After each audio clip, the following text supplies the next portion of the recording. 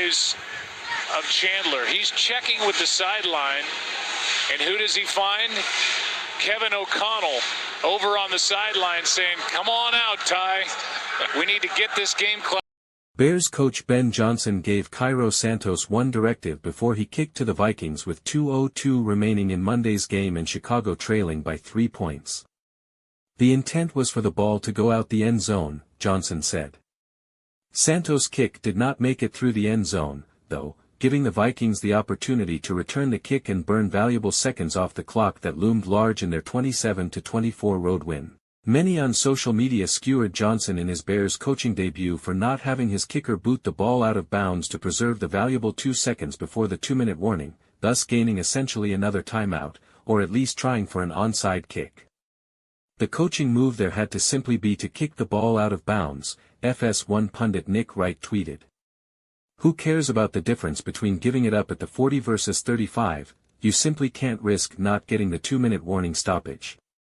Ben Johnson's first major game management mistake. After allowing 21 straight points in the fourth quarter to turn a 17-6 lead into a 27-17 deficit, the Bears cut their deficit to 3 when they scored with 2:02 remaining. Scoring before the 2-minute warning was significant since Chicago only had one timeout left, meaning they would pick up a second-time stoppage provided no time came off the clock on the ensuing kickoff. Santos' kick almost made it through the back of the end zone, but did not go far enough, which allowed Ty Chandler to field the ball. After he caught the ball, he looked at coach Kevin O'Connell, who beckoned him to exit the end zone and get the clock past the 2-minute warning, with play stopping at 1:55.